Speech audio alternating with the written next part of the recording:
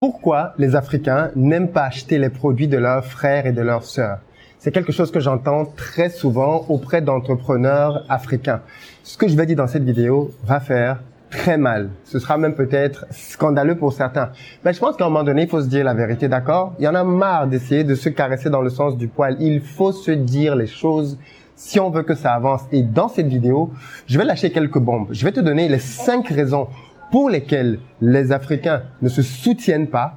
Pourquoi est-ce que le même gars qui va refuser d'acheter ton petit produit que tu lui vends à 10 € va aller dépenser 200 € chez Tommy, 300 € chez Guess, chez je sais pas trop quelle autre marque que tu veux, et pourtant toi tu es là, tu galères à vendre tes petits produits à 5 ou 10 €. Reste jusqu'à la fin parce que cette vidéo, crois-moi, si tu veux faire dans les affaires ou si tu es déjà dans les affaires, va peut-être te sauver la vie.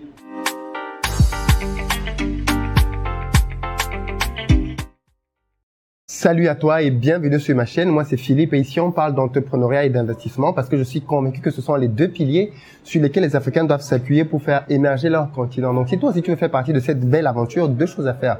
La première, abonne-toi et active la notification pour être informé de l'apparition de nos nombreuses vidéos hebdomadaires. Et puis, la deuxième, va dans la barre de description, clique sur le lien pour recevoir gratuitement le petit livret que j'ai écrit intitulé 10 bonnes raisons de devenir entrepreneur. C'est un tout petit livret qui se lit rapidement et qui va te permettre de te bâtir un bon mindset pour t'aider à te lancer et à réussir dans les affaires.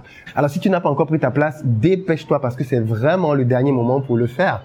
La formation business à Douala, c'est samedi prochain, le 21, et c'est l'occasion pour toi de venir te former avec moi. Je vais te montrer comment structurer un business qui marche. Je ne t'en dis pas plus, va dans la barre de description. Tu as un lien qui te permet de réserver rapidement ta place. Si tu es dans la diaspora, réserve une place pour quelqu'un ou plusieurs personnes au pays. Ça va leur changer clairement la vie. Et puis pour nos amis de l'Afrique de l'Ouest, 2 dates à retenir et il faut aller réserver vos billets tout de suite. Samedi 9 à Dakar pour une formation inédite et puis samedi 23 à Abidjan pour parler là aussi de structuration de business, mais aussi de mindset. Bref, va dans la barre, tu as une vidéo qui te donne le contenu et la possibilité de réserver rapidement ta place pour chacun de ces pays-là. Les places vont très vite, donc ne tarde pas. Et puis enfin, pour nos amis de Paris, on a une autre prochaine date.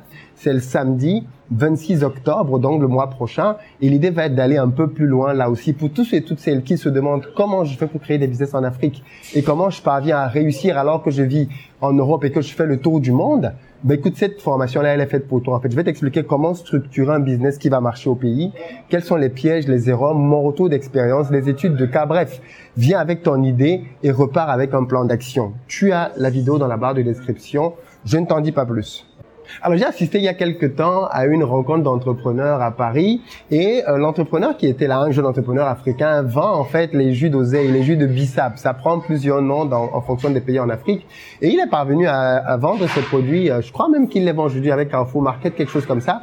Et il parlait donc de son expérience, comment il a fait pour mettre ça sur pied. D'ailleurs, je pense qu'il va passer sur cette chaîne bientôt pour nous expliquer justement comment il fait pour réaliser son projet. Il y a quelqu'un qui a posé une question dans la salle qui m'a fait rigoler.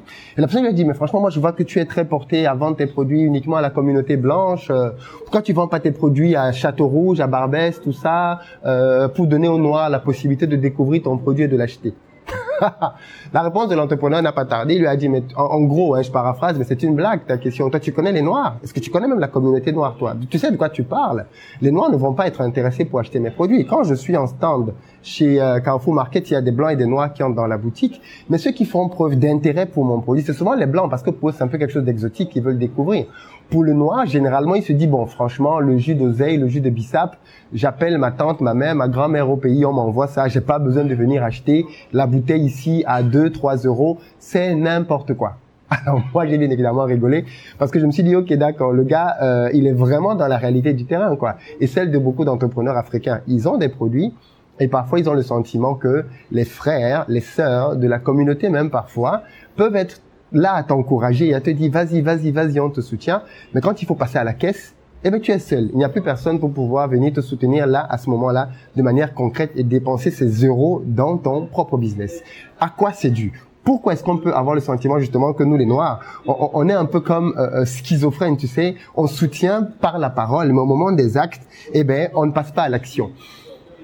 Ben, je pense qu'à un moment donné, il faut avoir le courage pour les entrepreneurs de se remettre en question. Parce qu'on aime souvent dire et accuser souvent les Africains en disant ils ne sont pas solidaires, ils ne sont pas solidaires, ils ne sont pas solidaires, ils ne soutiennent pas les produits de leurs frères et de leurs sœurs. Alors, quand je discute avec des Blancs, je vois que ce genre de raisonnement ne vient pas. Est-ce que tu sais combien d'entreprises de Blancs ferment tous les jours, je dis bien tous les jours en Europe? Oui, des centaines, des milliers d'entreprises ferment par an en Europe. Pourquoi est-ce qu'un Blanc qui fait son entreprise dans son propre pays se retrouve à fermer?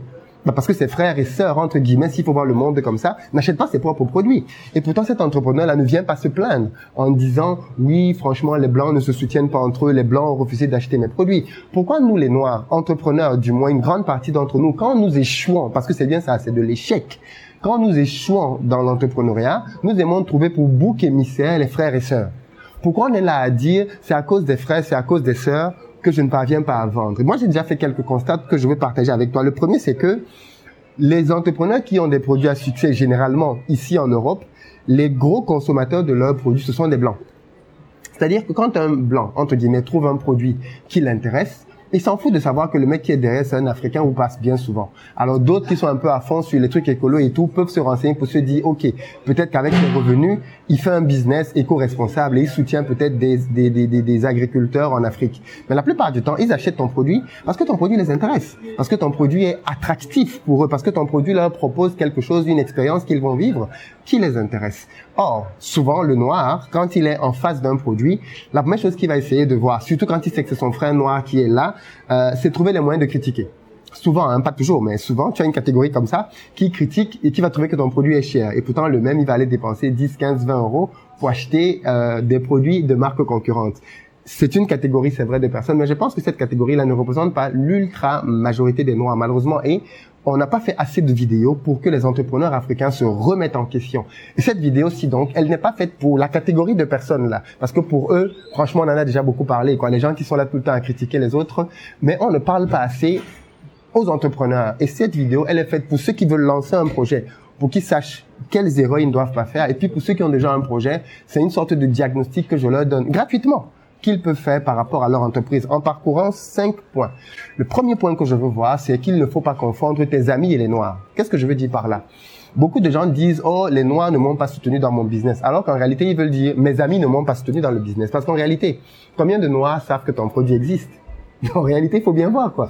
Combien de Noirs, combien de Blacks, combien d'Afros savent que ton produit existe? Très peu, généralement. Parce que je connais très peu d'entrepreneurs Afro qui investissent massivement, et ça, on va le voir par la suite, pour promouvoir leur produit. En général, quand il a un produit, il demande à ses amis-là de pouvoir tester son produit et de partager ça gratuitement dans les réseaux WhatsApp. Moi, j'en ai même qui m'ont tellement demandé de partager que j'en ai pratiquement eu le panari à force de partager leurs produits dans les groupes WhatsApp. Mais les ventes ne décollent pas. Parce que, simplement, ils n'ont pas forcément bien ciblé la clientèle à qui ils veulent vendre. Et ils pensent que le simple fait que tu sois noir suffit à ce que ton produit puisse les intéresser. Non, ce n'est pas vrai. Il n'y a pas un produit comme ça qui intéresse la totalité de tous les noirs. Enfin, il y en a très peu, à moins que ce soit peut-être de l'eau ou quelque chose comme ça. La plupart du temps, les produits sont catégorisés. Il faut bien que tu saches quelle est ta cible et où trouver cette cible-là, et puis que tu investisses pour aller la chercher. Le problème, c'est que, comme je disais, en premier élément et en premier défaut, on est souvent là à ne pas vouloir dépenser, justement, et à demander uniquement aux gens qui sont autour de nous de pouvoir acheter. Et après, on se dit, ouais, les Noirs n'ont pas acheté mes produits. Non, c'est pas les Noirs, ce sont tes amis. Ce sont tes potes qui n'ont pas acheté ton produit. Ne mets pas tous dans le même lot. Deuxième élément qui découle du premier, c'est que beaucoup d'entrepreneurs africains sont chiches avec leur propre business. Qu'est-ce que je veux dire par là? Ils lancent un business, ils créent un produit, mais ils ne veulent pas investir dedans. Du moins dans la promotion de ce produit-là. Il va vouloir que son produit se promeuve naturellement et gratuitement. Ça peut marcher, mais il faut juste que tu saches que un produit qui s'impose naturellement, ça prend énormément plus de temps. Énormément plus de temps. Regarde dans ton domaine. Si tu veux lancer, par exemple, je sais pas moi, un livre, d'accord? Tu veux créer un livre. Comment est-ce que Bernard Weber promeut ses livres? Il faut que tu te poses cette question-là. Comment est-ce que les grands auteurs promeuvent leurs livres? Tu regardes les canaux qu'ils utilisent. Ils passent par la publicité. Ils passent par des maisons d'édition. Ils font connaître. Mais tu imagines quelqu'un comme Bernard Weber qui a écrit Les Fourmis, qui a un best-seller. Quand il publie un livre, tu vois ces livres dans tous les métros parisiens. Tu imagines? C'est-à-dire que le mec, malgré toute sa notoriété, pour pouvoir continuer de vendre, il a besoin de continuer de distribuer ses produits. Et toi, qui n'es connu que de par tes amis, tu fais un produit et tu ne réalises pas qu'il faut que tu mettes de l'argent sur la table pour le faire connaître, eh ben c'est peut-être là la deuxième raison de ton échec, mon ami. Il faut que tu investisses de l'argent pour faire connaître ton produit. Et ça, honnêtement, les Africains pêchent énormément à ce niveau-là. Je reçois tellement d'offres de produits par WhatsApp. J'ai beaucoup d'amis qui ne sont pas africains dans mes réseaux, mais très peu d'entre eux, quasiment jamais, ne font la promotion de leurs produits par les réseaux. WhatsApp et tout ça. C'est souvent par la publicité qu'ils paient. Ils paient WhatsApp, ils paient Facebook, ils paient Instagram, ils paient YouTube et ils font des spots publicitaires pour pouvoir amener leurs produits auprès du grand marché, auprès du grand public, en ciblant bien les caractéristiques des gens à qui ils veulent parler. Mais ils paient. Nous, non, niet. On veut que ce soit gratuit. On veut, et bon, forcément, comme c'est gratuit, ben moi, j'ai pas 10 000 personnes dans mes contacts WhatsApp, hein. Je ne peux qu'envoyer à 2-3 groupes où il y a peut-être 50, 100 personnes, et puis c'est tout. Or, quand tu fais une vidéo sur Facebook, elle peut toucher 10 000, 20 000, 100 000, 200 000 personnes. Il n'y a pas photo. Il n'y a vraiment pas photo. Et ça, je tenais à le dire. Les entrepreneurs africains, malheureusement, sont chiches avec leur business. Et s'ils veulent avoir davantage de résultats, il faut qu'ils changent cet aspect-là. Troisième élément que beaucoup d'entrepreneurs africains négligent énormément, c'est qu'ils ne savent pas qu'on achète d'abord le beau avant d'acheter le bon. Oui, bien sûr. Les entrepreneurs africains que je connais, beaucoup d'entre eux en tout cas, négligent énormément l'aspect sociologique. Quand je vais en Afrique et que je fais par exemple des lives dans des magasins Carrefour, il y en a plusieurs sur ma chaîne, tu peux aller vérifier, tu vas te rendre compte que quand tu arrives sur certains rayons, quand tu tombes face à un produit africain, tu sais que c'est un produit africain. Pourquoi? Le packaging. L'emballage même te montre qu'on est dans un produit du pays. Il n'est pas fait de bonne qualité, les écritures dessus ne sont pas très bien faites. Bref, tu sens qu'on est allé un peu à la va-vite, on a pris le truc le plus cheap là pour pouvoir mettre le produit sur les rayons. Et pourtant, quand tu tombes sur un produit non africain, tu sens tout de suite que c'est un produit différent. Le packaging est propre, même si la qualité du produit à l'intérieur n'est pas bonne. Et c'est ça qui est dommage, c'est que parfois, la qualité du produit africain est meilleure, mais son emballage n'est pas bon. Et donc, du coup, qui va vendre le plus à ton avis? Eh bien, celui qui a fait un meilleur packaging, c'est la loi du business, mon ami. Et tu peux pas vouloir venir changer le monde entier. Il faut que tu t'adaptes. Il faut que tu réalises que, bon, mais voilà comment est-ce que les gens fonctionnent. Et là aussi, nous devons non pas demander au monde entier de changer pour venir préférer nos produits qui sont mal emballés, mais comprendre comment le monde entier fonctionne pour nous adapter. C'est comme ça que les grands entrepreneurs font. Et je veux t'appeler là-dessus, de manière très concrète, à apprendre la sociologie de l'homme noir. Si tu veux vendre à l'homme noir, comment est-ce que l'homme noir réfléchit? Qu'est-ce qui est important pour lui? Tu vas te rendre compte que l'homme noir, peut-être même plus que les autres, accorde énormément d'importance à ce qui est beau. On accorde énormément d'importance aux belles choses, aux bonnes choses. On aime les bonnes choses. Il ne faut pas se cacher là-dessus. Les Africains, les Noirs en général, aiment les bonnes choses. Ils aiment bien s'habiller, bien se parfumer. Parfois même certains, tu vois qu'il habite dans une bicoque qui va bientôt tomber, mais quand tu le vois en route, quand tu vois la fille en route, mince, elle est classe, choco, tout ce que tu veux. On te dit que c'est elle qui habite dans cette caravane-là. Dans cette caravane-là, tu vas fuir. Non, c'est pas possible.